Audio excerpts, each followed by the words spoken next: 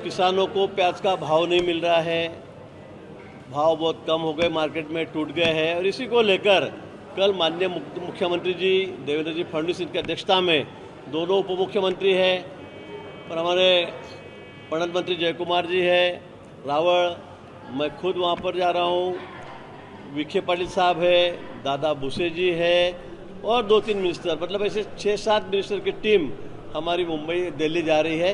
माननीय देश के गृह मंत्री माननीय अमित भाई शाह इनकी अध्यक्षता में वहाँ पर एक मीटिंग होने वाली है। मुझे लगता है इसमें से जरूर कोई अच्छा रास्ता निकलेगा और किसानों को उन्हें जो अपेक्षित है ऐसे भाव मिलेगा। जब 25 रुपये प्याज की दाम देने की बात प्रस्ताव आप वहाँ पे रखेंगे और खासकर जो विपक्ष का ये कहना है कि अब तक जो प्याज खरीदा जा चुका है वो डिफरेंस बनता है, तो डिफरेंस का भी प्रस्ताव। ये सारी बातें कल के मीटिंग में रखी जाएगी।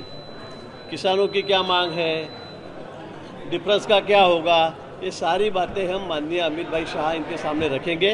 मुझे लगता है पॉझिटिव्ह निर्णय इसके ऊपर जरूर होगा। काही वेळापूर्वी गुलाबराव पाटील साहेब इथं आले होते आणि त्यांनी जळगावच्या विधान परिषदेवर दावा केला, जळगावच्या विधान परिषदेवर जो तुमचा हक्क आहे, भाजपकडे ती जागा आहे, पण आता त्यांचं म्हणणं आहे की आम्हाला ते हवी आहे। मला वाटतं जळगाव असेल किंवा 17 जागा आहेत महाराष्ट्रामध्ये, त्या संदर्भामध्ये वेगवेगळ्या जिल्ह्यामध्ये वेगवेगळे दावे होत आहेत, पण यामध्ये मेरिट बघितलं जाईल।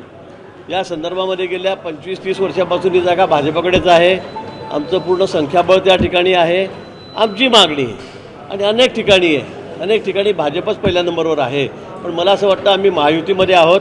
या संदर्भामध्ये माननीय मुख्यमंत्री देवेंद्रजी आहेत, माननीय आमचे शिंदेसाहेब आहेत उपमुख्यमंत्री, माननीय आमच्या ताई आहेत मुख्यमंत्री पवारताई, हे या ठिकाणी बसून निर्णय करतील आणि यामधून सन्मान्य तोडगा या ठिकाणी निघेल।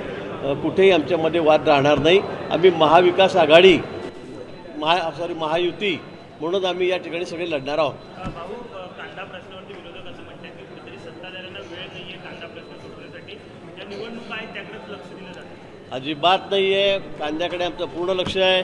मला वाटतं कांदा उत्पादक शेतकऱ्यांना ज्या वेळेला भाव तुटलेत, कमी झालेत, त्यावेळेला आम्ही जे मदत केलेली आहे, जे अनुदान दिलं असेल, कांद्याला भाव दिला असेल, तो आजपर्यंत तुमच्या सरकारच्या विरोधकांनी कधी सत्तेत असताना दिलेला नाही।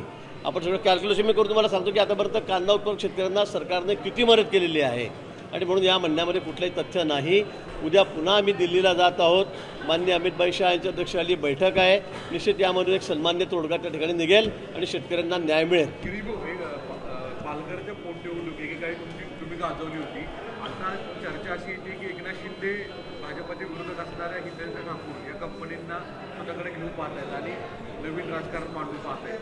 याचा खरंच कॅल्क्युलेशन काय होईल की मित्रपक्षच आपल्या तुमच्या भाजपच्या विरोधातल्या जवळ करून मागतात? आपण बघताय अलीकडच्या काळामध्ये काही वर्षामध्ये अनेक लोक जे वारंवार विरोधामध्ये होते ते आता आमच्या पक्षामध्ये येत आहेत, महायुतीमध्ये आहेत, कधी शिंदेसाहेबांकडे जात आहेत, कधी आमच्याकडे येत आहेत। ते चालणार आहे, तर काही कायमस्वरूपी आमचा विरोध असायला विषय नाही। पण आता शिंदेसाहेब कुणाला घेत आहेत, कुणाला नाही, या बाबतीत मला कुठलीही कल्पना नाही। हा त्यांचा प्रश्न आहे, त्यांच्या पक्षाचा प्रश्न आहे।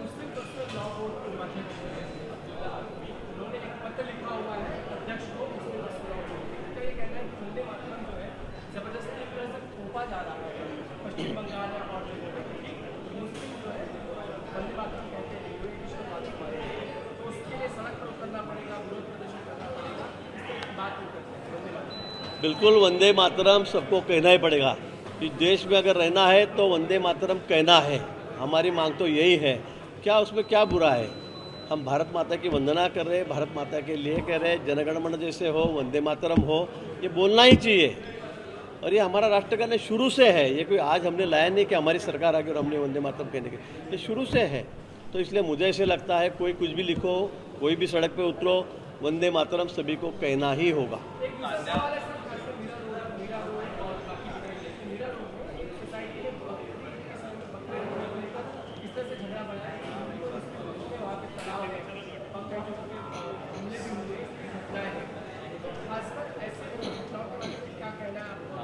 नहीं, मुझे ऐसे लगता है कि कोई भी कॉलोनी में हो, सोसाइटी में हो, अपने फ्लैट में हो, बकरे मारने की इजाज़त नहीं है। हर साल इस पर झगड़े होते हैं, इसे कानून इसे कोई अलाउ ही नहीं है, तो ऐसा करना ही नहीं चाहिए। अगर कोई ऐसा कहता है, करता है, तो उस पर सख्त से सख्त कार्रवाई की जाएगी। बैठकीमध्ये अनेक विषय असतात, मात्र विधान परिषदेमध्ये जी काही रस्सीखेच सुरू आहे त्याची चर्चा देखील त्या दिल्लीच्या बैठकीत होईल का? कारण अनेक जागांवरचा तिढा हा अद्याप कायम आहे. मला वाटतं की फार काही तिढा नाही आहे, तो लवकरच आजकालमध्ये सुटेल. आणि उद्याची जी बैठक आहे अमित शहांकडे माननीय आमच्या नेत्यांकडे, ती फक्त कांदा विषयावर आहे. इथे कुठेही आमदारकीच्या जागा कुणाला सोडायच्या, कुठे सोडायच्या, हा त्या बैठकीचा विषय नाही. आमचा विषय तर अजिबात नाही. एकनाथ शिंदे पण नुकतेच दिल्लीला जाऊन आलेले आहेत, अमित शहांचीच बैठक घेऊन आलेले आहेत. का त्यांना वारंवार दिल्लीला जावं लागतंय आणि इथल्या इथे नेतृत्वामध्ये सुटत नाही आहे म्हणून दिल्लीवारी करावी लागते का? मला वाटतं अनेक प्रश्न आहेत राज्यातले, ते खूप मोठे मोठे खात्याचे मंत्री आहेत, त्यामुळे विविध प्रश्न असतील ना, वेगवेगळे प्रश्न असतील. काही इलेक्शनसाठीच ते गेले आणि इलेक्शनच्या विषयावरच गेले असं समजण्याचं अजिबात कारण नाही. नाशिकमध्ये किंवा कांदा प्रश्न जो पेटलेला आहे त्यावरनं ज्या ठिकाणी विरोधक आंदोलन करत आहेत, विरोधकांमधले जे नेते आहेत त्यांना आता ताब्यात घेतलं जात आहे. महागाई वाढलेली आहे आणि त्याविरोधात आक्रमक आणि मला असं वाटतं की विरोधकही बघा, म्हणजे विरोधकांना वाटतं की उद्या काहीतरी तोडगा या विषयावर निघणार आहे.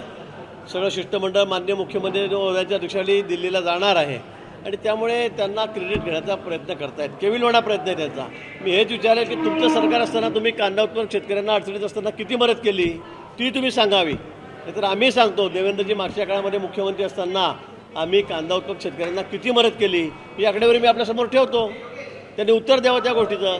परंतु आता उद्या शिष्टमंडळ दिल्लीला जाणार आहे, उद्या काही ना काही त्यातून तोडगा निघेल आणि फक्त एक क्रेडिट घेण्याचं काम की बघा आम्ही या ठिकाणी आंदोलन केलं म्हणून भाव वाढले, हे हा केविलवाणा प्रयत्न विरोधकांचा चाललेला आहे.